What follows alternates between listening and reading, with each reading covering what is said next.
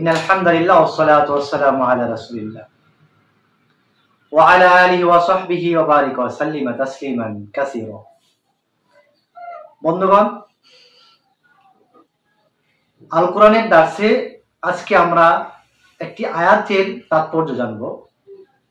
সূরা আল মাইদার 10 নম্বর আয়াত। যে আয়াতে কারিমা আল্লাহ সুবহানাহু ওয়া তাআলা কাফেরদের সম্পর্কে তাদের কি পরিণতি হবে সেই পরিণতি সম্পর্কে আল্লাহ তাআলা বলেছেন। আমরা জানি কাফের যারা অবিশ্বাস করে, অবিশ্বাসী, যারা গোপন করে আল্লাহর অস্তিত্বকে, এই সৃষ্টির মধ্যে আল্লাহর নিদর্শন দেখার পরেও আল্লাহকে অস্বীকার করে, নবী আম্বিয়া কেরামগণ তাদের কাছে রিসালাতের বার্তা পৌঁছানোর পরেও তারা আল্লাহকে অস্বীকার করে।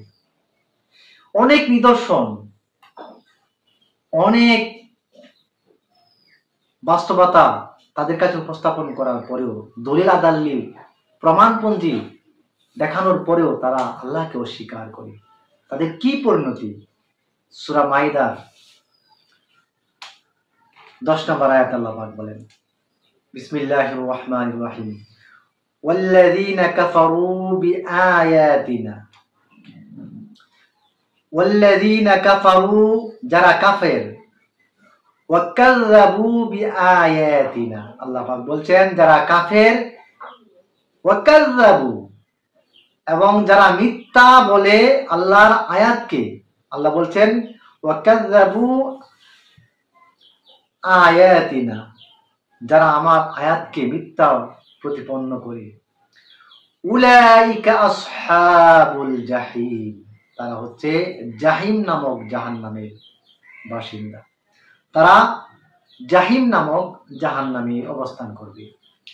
জাহান্নাম হচ্ছে 7টি, এর মধ্যে অন্যতম কুফফার, দুনিয়ার সমস্ত কুফফার যারা আছে, সেকুলারিজম, হিউম্যানিজম, তারপরে নাস্তিকবাদ, এই সকল কিছু এর অন্তর্ভুক্ত। মক্কি যুগে যারা কোরআনকে অস্বীকার করত, নবীকে, রিসালাতকে অস্বীকার করত, শুধুমাত্র সেই কুফফার না, তার পরবর্তী যুগে যত বিভিন্ন নামে যত কুফফার এসেছে, কখনো জাতীয়তাবাদের নামে, কখনো গণতন্ত্রের নামে, কখনো হিউম্যানিজমের নামে, কখনো সমাজতন্ত্রের নামে, কখনো ধর্মনিরপেক্ষতার নামে, তাদের সকলেরই আবাসস্থল হবে উলাইকা আসহাবুল জাহিম, তারা হচ্ছে জাহিম নামক জাহান্নামের অধিকারী। সুতরাং আল্লাহর পবিত্র কালাম আমরা যারা উপলব্ধি করি, আমাদের সকলের উচিত আল্লাহর আয়াতকে স্বীকার করে সে আয়াতের বাস্তবায়ন নিজের জীবনে প্রয়োগ করা, পারিবারিক জীবনে প্রয়োগ করা, সামাজিক জীবনে প্রয়োগ করা, রাষ্ট্রীয় জীবনে প্রয়োগ করা, আন্তর্জাতিক জীবনে প্রয়োগ করা, শিক্ষানীতিতে আল্লাহর আয়াতকে অন্তর্ভুক্ত করা। আল্লাহ পাক আমাদের সকলকে এই কথাগুলি বোঝার তৌফিক দান করুন। ওমা আলাইনা